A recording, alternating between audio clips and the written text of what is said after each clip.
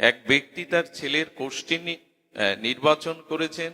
মহান জ্যোতিষী আচার্যের কাছ থেকে বলছেন 10 বছর পরে আপনার ছেলের মৃত্যু।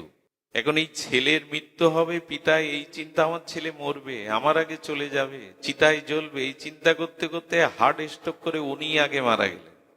ভাগ্যবাদীরা প্রয়াসও জ্যোতিষশাস্ত্র বা ভাগ্য নির্ণয় করে এই ভাবতে ভাবতে সে নিজের ক্ষতি করে বসে।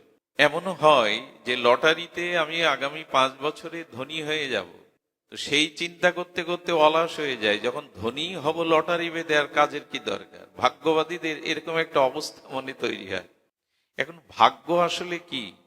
শুনুন, হরি কথা ভাগবত কথা মানে সাধারণ লীলা কথা শুধু নয়, আমাদের জীবন পরিবর্তনের, চুপচাপ শুনুন ভাগবত কথা। ভাগ্য পরিবর্তন বা ভাগ্য বলতে কি বুঝি? কর্ম 3 প্রকারের, খুব ধ্যান দিয়ে শুনতে হবে, মন দিয়ে, কারণ এই ভাগ্য নিয়েই আজ চলছে চারিদিকেই এর বিধি ব্যবস্থা। ভাগ্য কাকে বলে সে সম্পর্কে আমাদের গীতা শাস্ত্র যেটা বলেছেন শুনুন।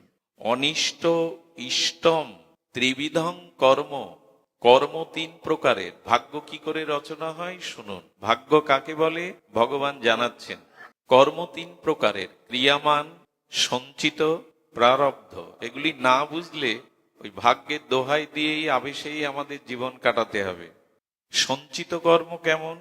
আমাদের এর আগে বহুবার জন্ম হয়েছে,